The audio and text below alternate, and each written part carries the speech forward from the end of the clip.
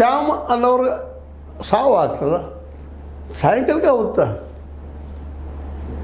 ಅವ್ರದ್ದು ದಫನೂ ಆಗಿಬಿಡ್ತದೆ ಅಂತೇಳಿ ಪೋಸ್ಟ್ ಮಾರ್ಟಮ್ ರಿಪೋರ್ಟು ಕೊಡೋದಿಲ್ಲ, ಹೆಣನೂ ಕೊಡೋದಿಲ್ಲ ಅಂಥೇಳಿ ಇವತ್ತು ಮಾತಾಡ್ತಾ ಇದ್ದಾರೆ. ಅವ್ರ ರಿಪೋರ್ಟ್ ಸಿಗ್ತಾ ಇದ್ದಾವೆ ಅವರ ಸಂಬಂಧಿಗಳಿಂದಾಗಿ.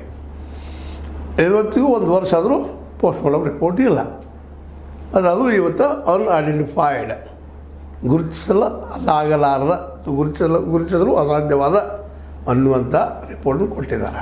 ಸ್ವತಂತ್ರವಾದ ಮೀಡಿಯಾಗೆ ಬೇಕಾಗಿರುವುದು ಸ್ವತಂತ್ರ ಧ್ವನಿ. ಆ ಸ್ವತಂತ್ರ ಧ್ವನಿ ಉಳಿಸಲು ನೀವು ಮಾಡಬೇಕಾದದ್ದು ಇಷ್ಟೇ. ಅದೇನಪ್ಪಾ ಅಂತಂತಂದ್ರೆ ನಿಮ್ಮ ಕೈಲಾದಷ್ಟು ಸಹಾಯ ಈ ಚಾನಲ್ಗೆ ಮಾಡಿ ಹಾಗೂ ನಿಮ್ಮ ಧ್ವನಿಯನ್ನು ಕಾಪಾಡಿಕೊಳ್ಳಿ. ಹೀಗಾಗಿ ಇವತ್ತು ಧರ್ಮಸ್ಥಳದ ಬಗ್ಗೆ ಮತ್ತಷ್ಟು ಇವತ್ತು ಏನಾಗ್ಬಿಟ್ಟದಪ್ಪ ಅಂತಂದ್ರೆ ಇದೆಲ್ಲ ಏನು ಯಾಕೆ ಆಗ್ತಾಯಿದೆ ಇಲ್ಲ. ಒಂದು ಕಡೆ ಶವಗಳು ಸಿಗ್ತಾ ಇದ್ದಾವೆ, ಇನ್ನೊಂದು ಕಡೆ ಅನ್ಐಡೆಂಟಿಫೈಡ್ ಹೆಣಗಳು ಬಿದ್ದಿದ್ದಪ್ಪ ಅಂತ ಹೇಳ್ತಾ ಇದ್ದಾರೆ. ಮತ್ತೊಂದು ಕಡೆ ಹೆಣ್ಮಕ್ಳ ಮೇಲದು ರೇಪ್ ಆ್ಯಂಡ್ ಮರ್ಡರ್ ಕೇಸು ಸಿಗ್ತಾ ಇದ್ದಾವೆ.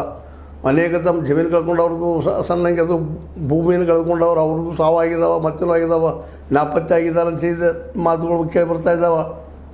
ಹೀಗಾಗಿ ಇವತ್ತು ಅತ್ಯಂತ ಕಾಂಪ್ಲೆಕ್ಸ್ ಈ ಧರ್ಮಸ್ಥಳ.